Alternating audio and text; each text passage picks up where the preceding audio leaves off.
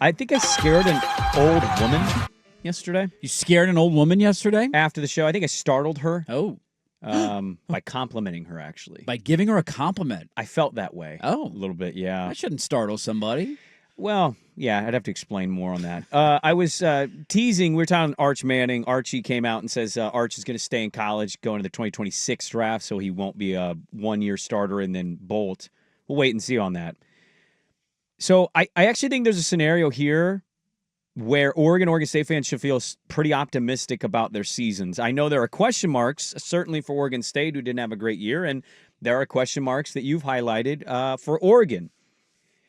But I think for the reverse reasons, both quarterback situations should make you feel optimistic about your team's chances this season. Oregon State's is easy, right? Like, Yeah, it's an upgrade over whatever you had last year. tend to think you're going to be worse than 5-7, Yeah. and so I'm optimistic that schedule should be 8-4, 9-3 Yes. because of Malik Murphy. Go look at Washington State. Without looking it up and without being a Cougar fan, can you tell me who their starting quarterback is going to be? Levi Eckhouse. Okay. I mean, they haven't decided yet. They got an open competition. All right, I think it's thank you. Levi's his first name. I know his last name's Eckhouse. Levi. Might be Jeans, might be something else. Zevi? I don't Is know. it Zevi Eckhouse? It's something Eckhouse. My point is exactly this. Like, we're not certain. You look around the other teams they play, it's not like you look at the schedule and see a whole lot of intimidating things. So I think for Oregon State fan, you look at having Malik Murphy, you look at having your coach be your defensive coordinator again. You just look at another season of those weapons that had good years. Trent Walker on a Biletnikoff Award watch list, like Hankerson is back. I think those should leave you optimistic. Zevi Eckhouse. Zevi Eckhouse. Zevi is his first name. Okay. I think the other side of it is, much as we might wonder, how good can Dante Moore be or Austin Novosad? We know that they're going to have good offensive line play.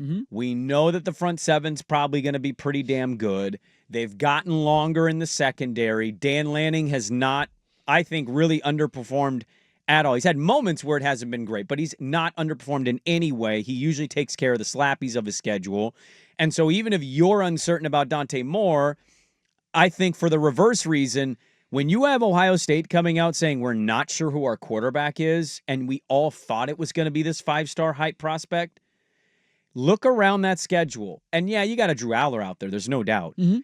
But I think the general nature of what sport Oregon is playing in right now, what the schedule and the conference is, I think quarterback uncertainty everywhere should leave you optimistic because it puts you in a similar boat, and you know Lanning has established enough of a stable of talent where you don't have to panic about it because there's other big-time programs around college football that also don't have certainty at the same position.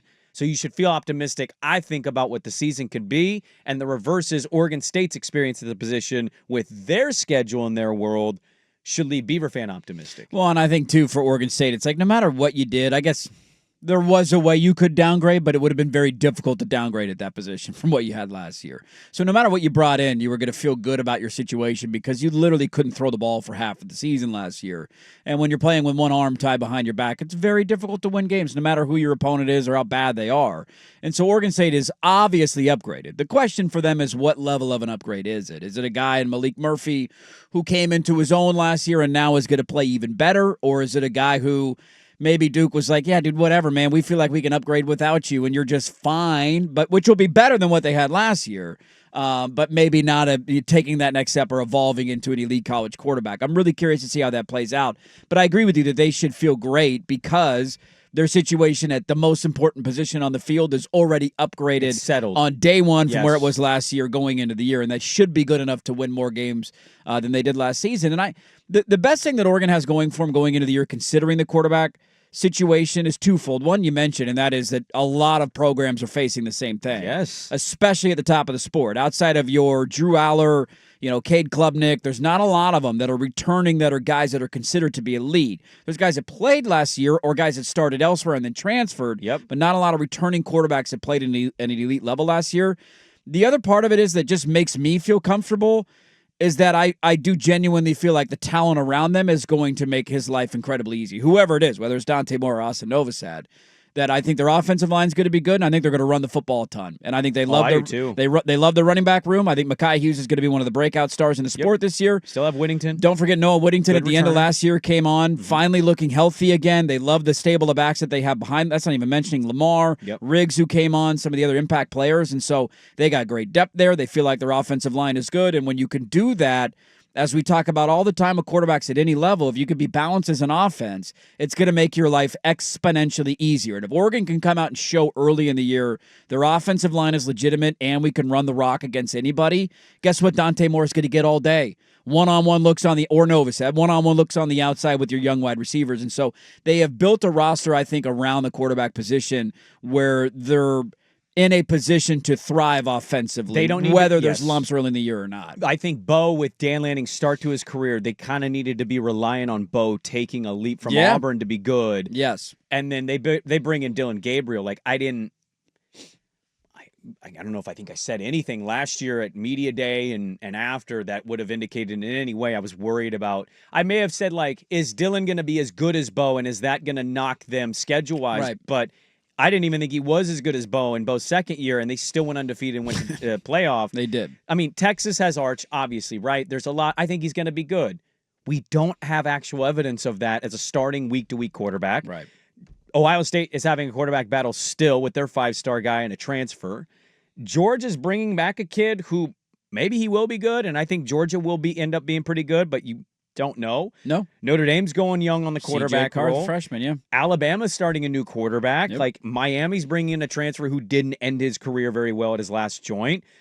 You just kind of look at the top 10 and 15 of college football. It's basically LSU, Arizona State, Clemson, and Penn State. Penn State. Anybody else I'm missing in there? I think that's about it. He Who'd said you say 10 was seconds. Oh, sorry. I thought that was on air. He's counting you down. But, like, I like Lenore Sellers. Lenore Sellers is another good know? one, yes. Lenore Sellers was a stud last year at South Carolina. Yeah, and we'll have to wait and see. And plus, like, I don't know. I think there's a world that exists where both of these programs, for their weird opposite reason, yes, should feel optimistic. And that's me laying it out. Oregon State has certainty. You heard Gundy talk about that when he talked of just like, yeah, man, it's a lot different this year. We And can throw the football. It's great. I don't have Giovanni McCoy anymore. Yeah, talk about the opposite of loading up the box. What do you do against Oregon State? Put 18 guys in the box and stop the run, and you can't score on them. And Lanning has built up such a stable of horses everywhere that, like, more might be a question mark, but so is that position at 8 to 9 other places in the top 12 to 13 of college football. Yep. So I think both programs should feel optimistic. Question marks, certainly, but feeling optimistic is something that I would say both fan bases should probably feel right now.